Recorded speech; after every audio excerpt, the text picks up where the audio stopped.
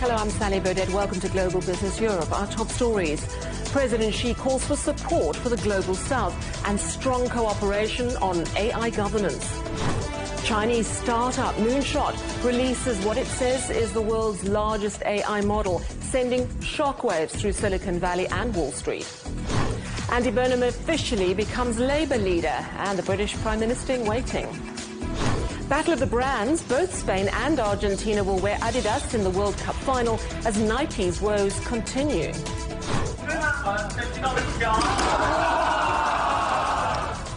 And humanoid robots are entering the ring as China's tech hub hosts its first ever robot fighting league. Now, China has pledged greater support for the Global South in AI development and governance. President Xi Jinping made the announcement as world leaders and experts gathered at the World AI Conference in Shanghai.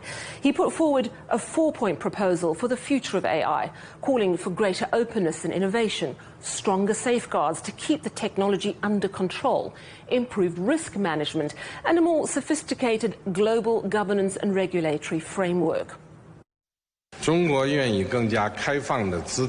China is ready to be more open, take more practical actions, and assume a more visionary perspective.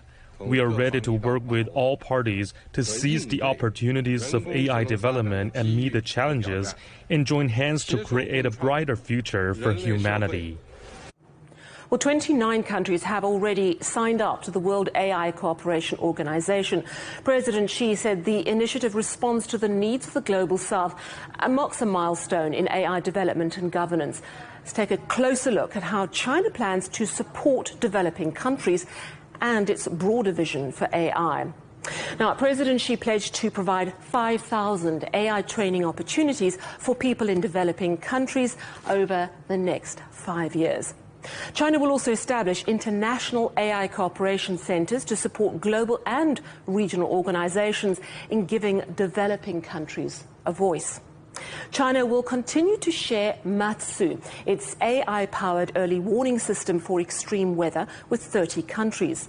At the summit, China handed over the latest version of the system, Djibouti 2.0. Now, Matsu is a sea goddess from ancient Chinese mythology. She's believed to have used her spiritual powers to predict dangerous weather and protect sailors from maritime disasters. China has also released guidelines for AI development. It should be powered by clean energy and use open technology to promote international cooperation. The aim is also to grow AI literacy, protect vulnerable groups, and ensure the technology is human-centered and for the public good. China sees a role for AI in scientific research, manufacturing, healthcare, education, agriculture, governance, you name it. Beijing believes AI can drive economic growth and improve the lives of ordinary people. Now, Jeffrey Sachs is public policy analyst and former senior advisor to the UN Secretary General. AI is definitely the general purpose technology of our age, which means it's a technology that's going to permeate every part of the economy and every part of our lives. China is one of the two world leaders, the United States being the other, but China is operating in this sphere in a distinctive way. It is bringing much of the emerging and developing world together with it. And this gathering in Shanghai, which has been going on for several years on an annual basis, is growing in global importance because of this broadening partnership of China and the emerging economies. I just want to touch on AI governance in particular. I mean, we haven't been historically successful in achieving world governance when it comes to the internet. It's an anathema, really. The world can't agree on global pornography, child pornography on the internet, terrorism on the internet, violence on the internet, fake news on the internet. We've failed for decades when it comes to internet governance. What hope realistically for AI governance then? Realistically, limited, because AI is not only an intense area of geopolitical competition, but it's also being weaponized very rapidly, unfortunately. Every big tech company in the United States partners closely with the Pentagon these days, and that means that governance is not going to be global, most likely. China has put forward, and as part, in fact, of this Shanghai annual meeting, a global governance set of proposals. It's invited the partner countries to join in this for AI safety, for AI for the good. I hope good things happen from this, but I don't really foresee the United States and China working out arrangements on AI governance anytime soon, given the intensity of the competition, at least as the United States sees it, which is that for the U.S., this is its big strategic, security, military, financial, stock market lead, it thinks, and it's not really in much of a cooperative mood. It is trying to corral allies or incentivize countries to become allies on the basis of being part of the U.S. AI stack. China has a very different approach, which is open source. Come join us. We give away the key so-called weights of our models so that you can use them freely. So it's a very different approach, but it is a geopolitical divide. Jeffrey Sachs there, former advisor to the UN Secretary General. Now, the World AI Conference is also a venue for tech firms to debut their latest products. Wang Tianyu is in Shanghai. This is one of the busiest booths at WAIC this year. 4 robot arms plus 2 humanoids building the Great Wall together. This is a demonstration of cooperating robots. Well, for manufacturing, this is a standard model of pipelining. That is, some robot do one thing and the other robot do other thing, and they cooperate. Look at the brick. It's just the size of a Lego brick. Precision is the core part. So in assembly, we have to put the bricks at millimeter or even sub-millimeter precision in order for the bricks to lock into each other. So that requires a great deal of precision, reliability, and intelligence to make the alignment work. This year's WAIC is basically about 2 things, the humanoids and AI agents. And these 2 are all based on the capabilities of the computing power, which is behind these little black boxes. The key innovation is our completely cable-free design. It's more reliable and simpler to maintain. Plus, it cuts down data delay and signal loss. Over 1,100 companies have gathered here in Shanghai at this 4-day event, and they come here to exhibit more than 3,000 cutting-edge products. And the message behind it is clear. This isn't about who has the biggest AI model. It's about which AI can actually get to work. Wang Tianyu, CGTN, Shanghai. Now, at the same time, Chinese startup Moonshot AI has released Kimi K3. It's a large language model that some believe will challenge the tech dominance of Silicon Valley. Kimi K3 matches or even exceeds the hardware scale of several Western rivals like OpenAI and Anthropic. Unlike closed-source American equivalents, Moonshot is releasing Kimi K3 as an open-weight model. That means it will be freely available for developers around the world to download and build upon. Well, the launch of Kimi K3 has spooked tech stocks across US markets. Let's bring in Mitch McCann, who is watching Wall Street for us. Well, hello, Mitch. It's been a tough week for tech stocks, and now Kimi K3. How much of an impact is it having?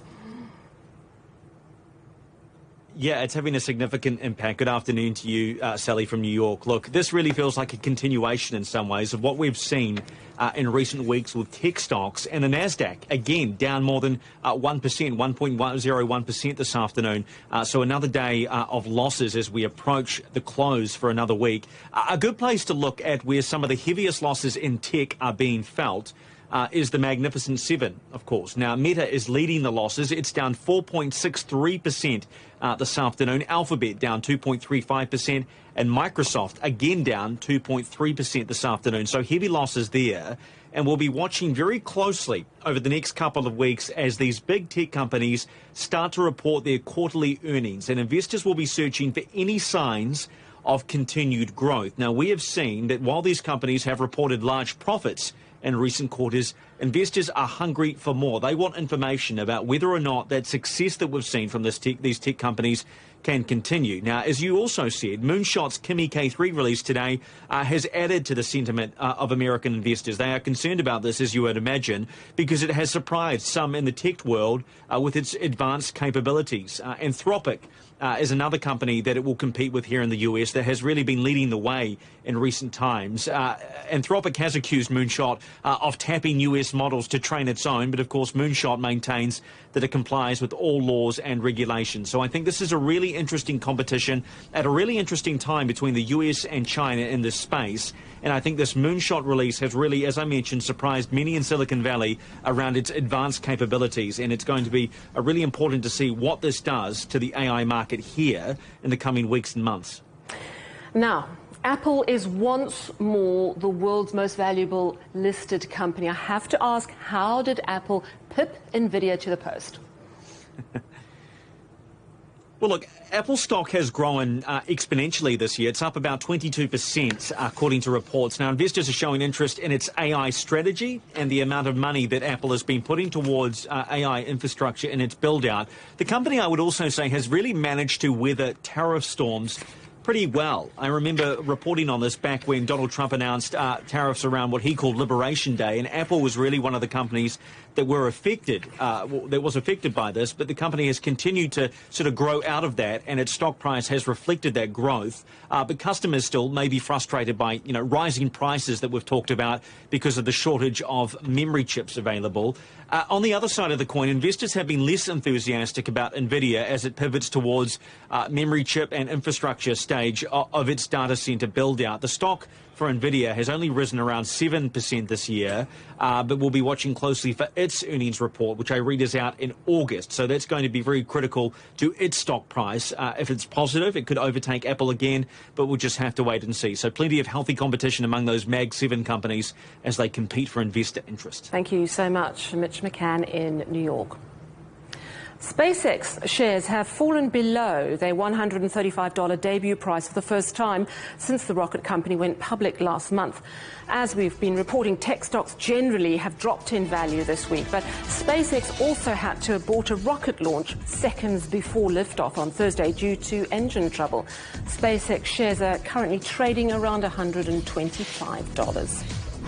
Chinese airlines are placing new orders for Airbus passenger planes. Air China plans to buy 15 A350-900s. Shenzhen Airlines wants 40 A320 new engine option aircraft. Together, those deals are worth $12.4 billion. Delivery is expected from 2029. Solar and lithium batteries will be subject to a consumption tax in China. Primary lithium batteries and lithium-ion batteries will be taxed at 2% from September, rising to 4% next year. Solar cells will face the same phased tax rate, but only from April next year. Beijing says the new tax will help upgrade the industry and protect the environment. China has condemned the UK government's nationalisation of British Steel. Beijing says the public takeover of the loss-making company was a forcible seizure that disregarded the financial contribution of former owner Jingye. The Ministry of Commerce said this will undermine the confidence of Chinese companies in the United Kingdom. Jingye had been preparing to close core operations of British Steel when the UK government stepped in, citing national security. This is Global Business Europe. Still ahead, all change. What will a new PM at number 10 mean for the British economy and investor confidence?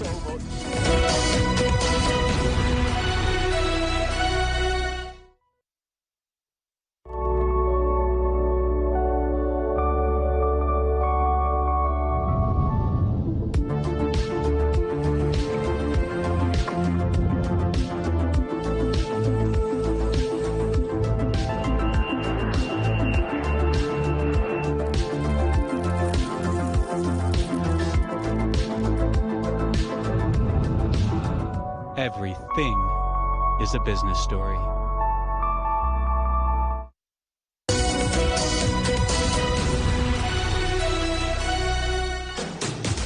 Welcome back to Global Business Europe with Sally Burdett. Your headlines. President Xi calls for support for the Global South and strong cooperation on AI governance. Chinese startup Moonshot releases what it says is the world's largest AI model, sending shockwaves through Silicon Valley and Wall Street. Britain is preparing for its next Prime Minister. Earlier, Andy Burnham became the new Labour Party leader. Now, he enters Downing Street promising to take the model he championed in Greater Manchester to the national stage, putting economic renewal and regional empowerment at the centre of his agenda. In his first speech as Labour leader, he set out his vision. More power to improve your high street, backing local businesses, such as the pubs and the shops that bring them to life. And make no mistake, everybody, I will be a pro-business leader of the Labour Party, as I was a pro-business mayor of Greater Manchester. Now, many decisions affecting local communities are still made in London. Burnham wants to change that. It's an approach to governance that he's been using during his time as Greater Manchester mayor. Our correspondent Jen Copestake reports. For decades, Britain has been governed largely from Westminster in London. But with a new Prime Minister preparing to take office, could that all be about to change? This is Piccadilly Station. It's Manchester's main transport hub. Now, just a few minutes away from here is where Andy Burnham wants to build number 10 North. That's his vision for bringing central government closer to the regions. But this story is not just about one building or one idea. It's about whether Greater Manchester's approach to devolved government, from housing to transport to economic growth, could offer lessons to the rest of Britain. One of the most visible examples of Greater Manchester's devolved powers is the B network. Before, bus services were run by competing private operators. But today, bright yellow buses and trams are operating together under a single publicly managed transport system. It's one of the clearest examples of devolved government in action. But Manchesterism isn't just about transport.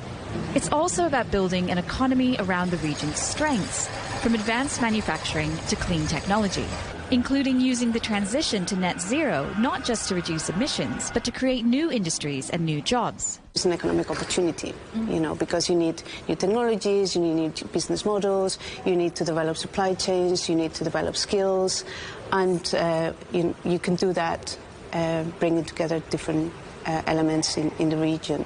Here at the research facility Energy House 2, homes can be tested under almost any weather condition, even snow. Professor Will Swan has worked closely with the Greater Manchester Authority on decarbonisation projects. He says the region has created a place-based innovation ecosystem, bringing together universities, businesses and government to turn research into new industries. It allows us to link to robotics, allows us to link to health, allows us to link materials, AI. All of these things can kind of interact.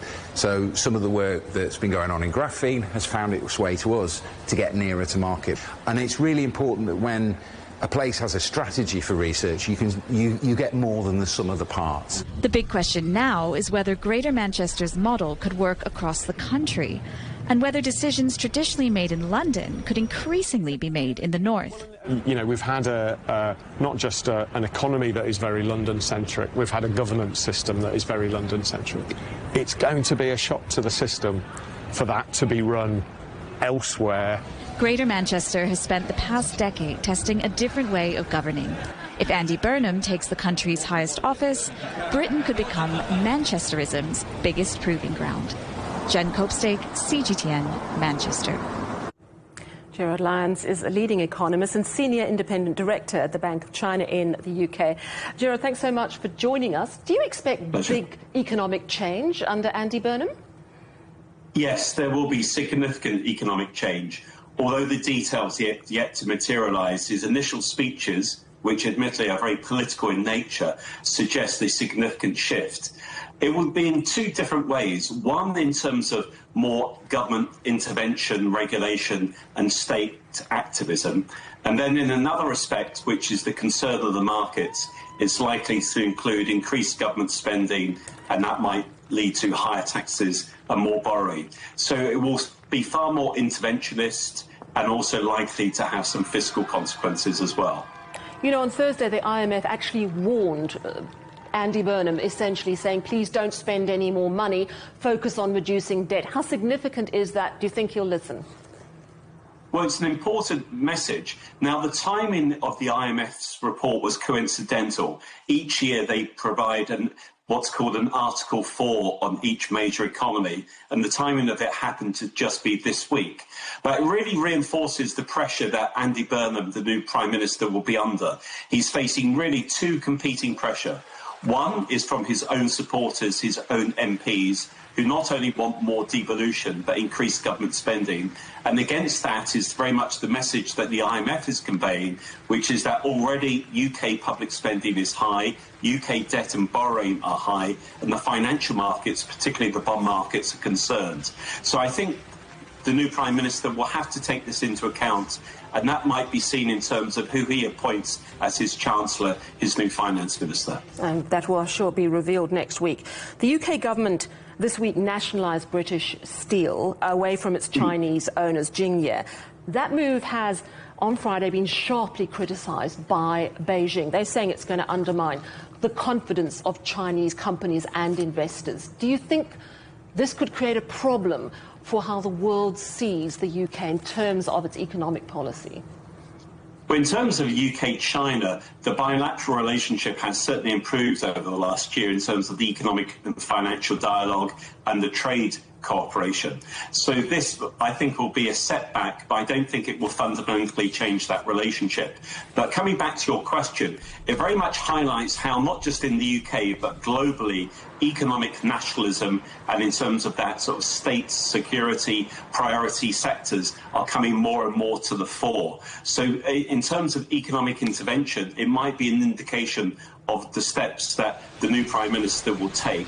Certainly in the case of steel, it's seen as a strategic industry. It has led to that complaint from the Chinese government. But I think it's likely to be a guide to the fact that we're likely to see a far more interventionist stance from the new Labour government. Thank you so much for your time. Gerard Lands, a leading economist and senior independent director at the Bank of China in the UK.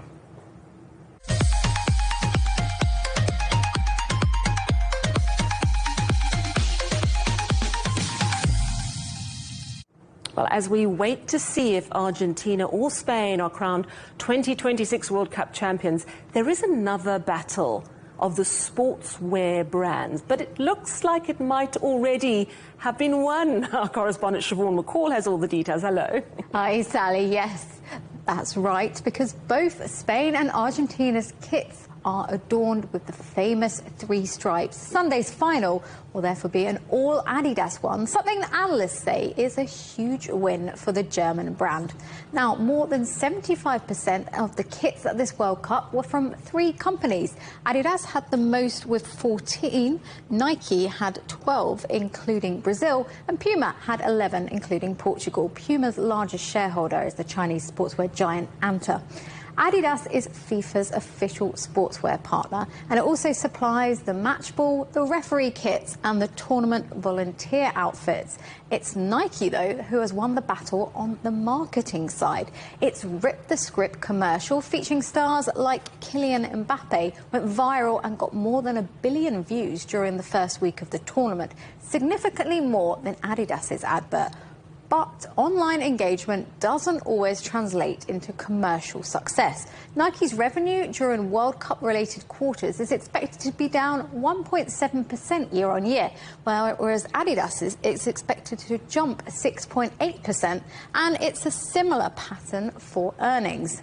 It's also part of a wider issue. Nike is the world's biggest sportswear brand, but it's seen its global market share fall from 29% in 2022 to just below 23%. Analysts say key reasons include the rise of domestic brands like Anta and Li Ning in major market China and a lack of innovation in footwear. It also underestimated interest in World Cup kits like Norway's, meaning they sold out very quickly. The World Cup final is the most watched sporting event on the planet. 1.5 billion people viewed the 2022 final. So the opportunity for brand visibility is huge. And with no Nike kit representative, the company will be ruining a missed chance to turn around some of its fortunes on the pitch. But Adidas is likely to be happy whichever way the final goes. Back over to you, Sally. And that's the latest Thanks so from much, the World Cup. Siobhan McCall. Well, China's tech hub of Shenzhen has held its first Ultimate Fighting League for humanoid robots. 200 teams from across the world, including China, the US and Singapore, registered to take part, but only 32 teams made the cut. And as our correspondent Xu Hua reports, China's robotics industry really packs a punch.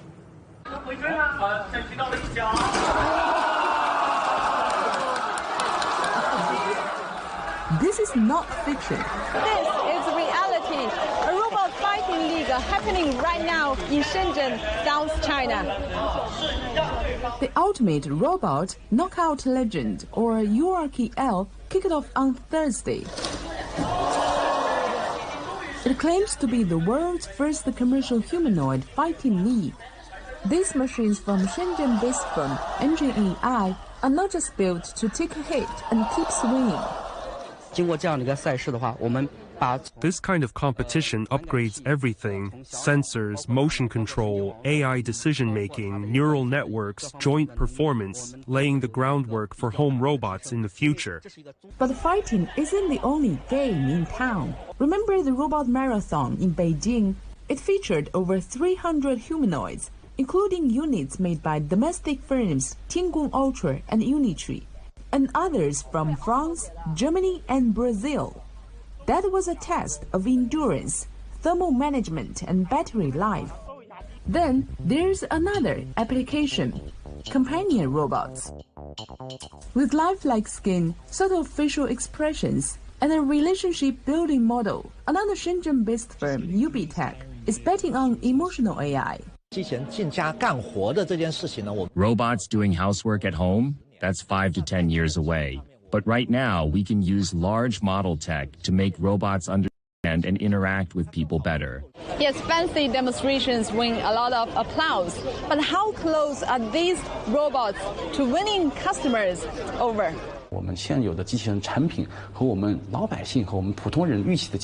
What we have now is far from what people expect from a robot. Yet with more funding and smarter minds iterating every day, the gap will close. This is tech finance in action, where China is investing for the future. So each pass is testing a different part of the humanoid puzzle. The market may not just pick one winner, but the race to bring humanoids into the real world is officially on. Xu Hua, CGTN, Shenzhen. Your headlines again. President Xi calls for support for the Global South and strong cooperation on AI governance. Chinese startup Moonshot releases what it says is the world's largest open-weight AI model, sending shockwaves through Silicon Valley and Wall Street. And Andy Burnham officially becomes Labour Party leader and the British Prime Minister in waiting. That's it for Global Business Europe. Thanks so much for watching. Up next on CGTN is Africa Live. We'll see you again tomorrow from all of us here in London. Goodbye.